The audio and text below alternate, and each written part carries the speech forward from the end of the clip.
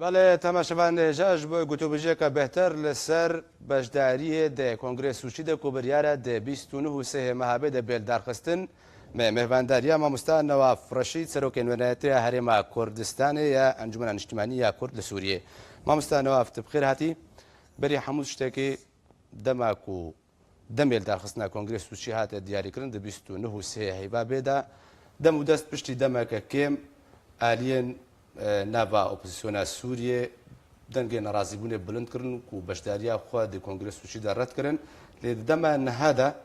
هەن ئالی هەناستەوە کە نەها بەرەیە تورکمانی ئەنگۆ پێکهاتەیە تورکمانی بریاردایەک و دە سوچیدا بەشدار بێ ئەv نەڕێککەفتن نەیەکنەرینە کوالیسیۆنا سووریان ئۆپۆزیسیۆنا سووریێ دی کۆنگرێس سوچیدا مووقفێ بێژن هەڵوێستاوی زەعیف ناکەی شتێکی نەباش خراپە ji bo koalisyonê bi tevayî ji bo muaredê bi tevayî tiştekî xirab e nebaş e ême wek îcar Encûmenê Niştîmanî Kurdî beşek ji koalisyona Sûrî destpêka wextê guftûgo kirin Sûçî ji bo amedebûn û neamedebûnê wê wextê jî ême Tive xwendina fermî mamosta ne heta niha tiştek çê nebûye bes wê demê de نرین انجمن اجتماعی کردی ایگود کوalisyonê de çaxê wek tehaffuza xwe neerîniya xwe û neerîniya xwe diyar nekirin ji bo koalisyonê hiştine heta anha ême em dibînin wek nerîn ez dibînim ez dibêjim koalisyon jî û her beşek û her pêkhatîk ji Sûrî divê tu carî xwe ser mêzeyan nehêlê her û demê amade bê û hazir bibe û tişert û merca jî nedeyne ew mêzaya di wê mozê de karê mafê xwe û heqê xwe û tiştê got xwestekê xwe li ser mêzê deyne û diyarî xelkê jî bike û dewletê got îro rojxwekirina serpereşt jî bo çareseriya Sûrî layê dî de ême ez dibînim berî demekî jî min got belkî ev dewletê got anha ev roj serpereştiya Sûçî dikin gihişt bine astekî nema karin berdewam bikin bi piştgiriya xwe ji rejîma Sûriyê re wek anha nimûne tiştê got li Rojhilat dibe li Îranê dibe yek ez dibêjim amilekî gilkî giring e û gilkî jî mezin e yek ji esbabê got ava got rejîma Îranê nebes xelkê xwe zilm û zordestî li ser wan û birçîbûn û hemû tiştî şoreş derxiste ji derve xelkê derdora xwe jî xwe acizkirin Îran û Sûrî destpêka grîza Sûrî heta anha destê wan nav de ye ewin ewan yek ji wan dewletê gohiştin heta anha grîza Sûrî wekê û êş û jana xelkê miletê Sûrî deman hada her sin welatên gerentîdor şerê waye sereke de kongres û şî de ew çawa berjewendiyê xwe û hejmûna xwe di Sûrî de biparêzin û bêhtir bikin yani nema bijî demek û nema piştevaniya rejêm bikin mercê herî serekeyê kongres Sûçî li ser aliyên beşdar ew ku dema her aliyek beşdarî kongres Sûçî bê divê bi mana Esed razî bê serokê rejêma Sûriyê Rûsye berî demekê Encûmena Dûmaya Rûsyê proje biryara dirêjkirina mana bingehên serbaziyên Rûsyê li Tertûs û Lazqiyê pesend kir ku bo dema 49 sala yani eger dibêje divê ku opozisyon beşdariyê de Sûçî de bike ew aliyên opozisyoniyê ku redkirine beşdariyê de Sûçî de bikin dibêjin eger Beşar el-Esed bimîne li ser desalatê em beşdariyê nakin gotnawaya herî sereke ev e Rûsyê jî heman merc daniye çawa wê bigot min ez dibêjim çi kesê hebe şert û merc ser mêzê nabe bêdanî ser mêzê tiştê xwestekê te tu dibêjî تونل درvî mêzê dibêjê aynî tiştê got dibêjin herin ser wê mêzê bibêjin bes bibêjim şert û merc divê ev her ew terefê de jî rejîm jî wextê tu bibêjî jê re wek yek sîstema giftûgoyê diyalogê nabe tu bibêjî şertê min ev şert e heta ez bi hevrikê xwe re danişim ez rûnim beraberî wî ser mêzê divê te herî ser mêzê ew mêze hukm bike ser mêzê tiştê xwe bibêje dawiya dawî goxtê wek te nebû tê bikişê bes anha ez dibêjim neh amedebûn û nehazîrbûna opozîsyonê koalisyona Sûrî وببي قلسبون جيرا ببي خرطبون ريجيميرا راستا خبر جونديه دولتها دسبيكا شورشا سوريجي ميدانا سركه وخلق الاستقبال ميدانا سوري ده اف دولت بون اف دولت وهناك دولتي ذبون ذ ميدان ذا برجونديه خو وحتى اني كواليسيون جي بشكي ما ظن كرن دستك شخوره بس انها نعم دبونا وي بهتر زراري ببيني وخرابيه ويجي وسرقوا اتزانم ادبيجم اسكارم ببيجم جي بلكي تانجام عجينه دي بس امدبون بيوستياوي دوراوي باش ما ده كونغرس سوچي دبنارينا گوتوبێژی و دانوستاندنە ڕاستەقینەوەی بێنەکردن یان و سینناریۆکە بسەر ئالین بەشدار دەبێ سەپاندن بژم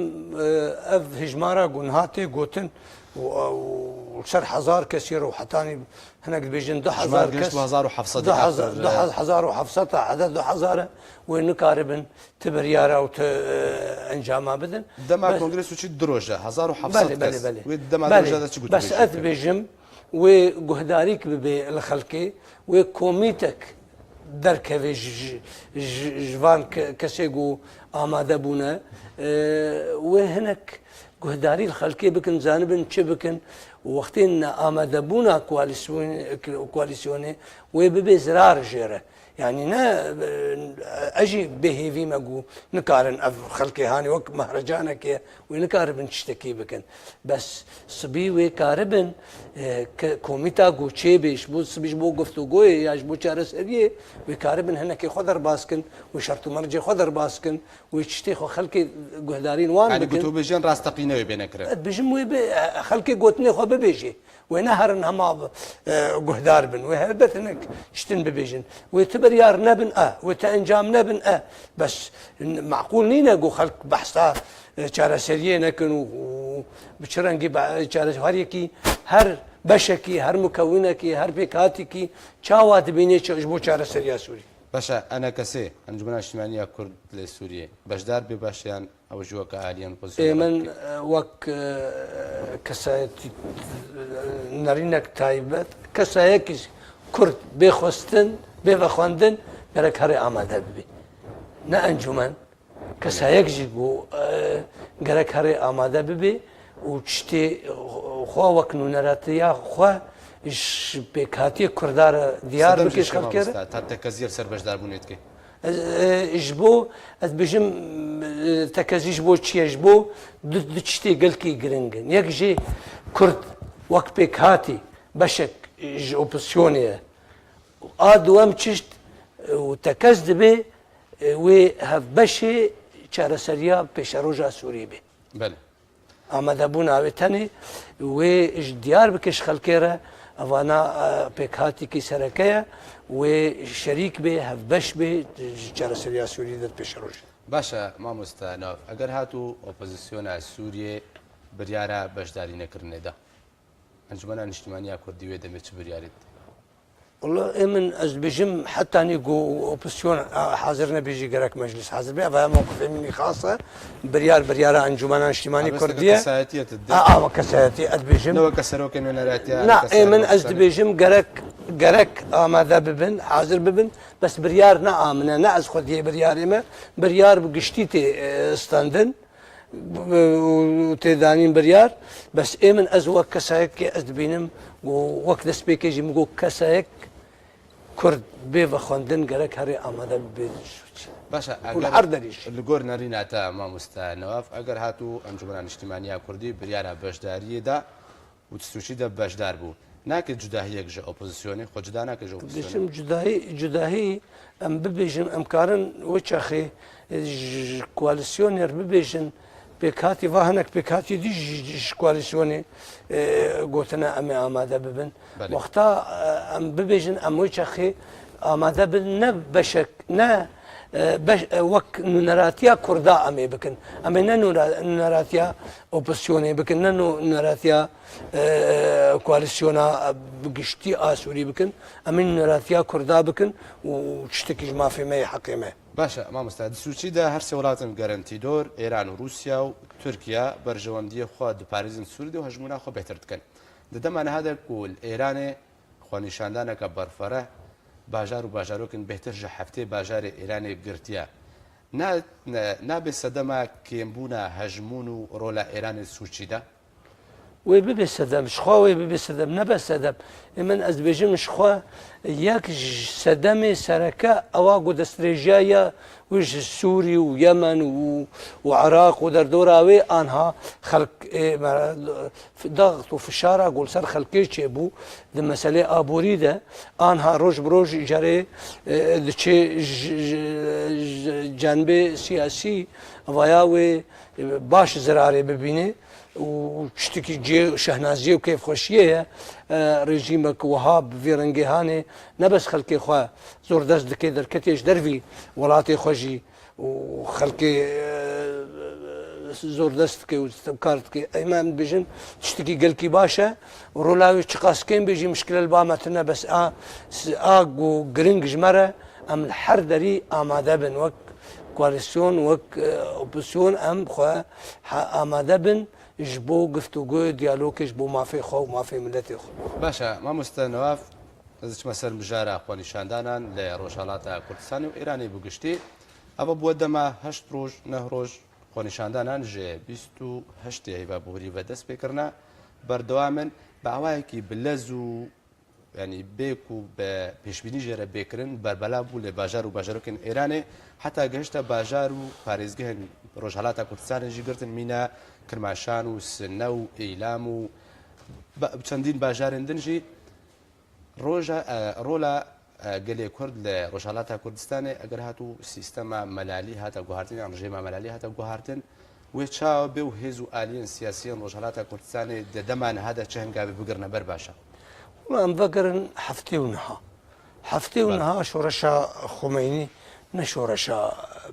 بەشەکی بوو نە شۆڕەشە پێکاتێکی ئێرانی بۆ چەخی شۆڕەشێک دیموکراتی بوو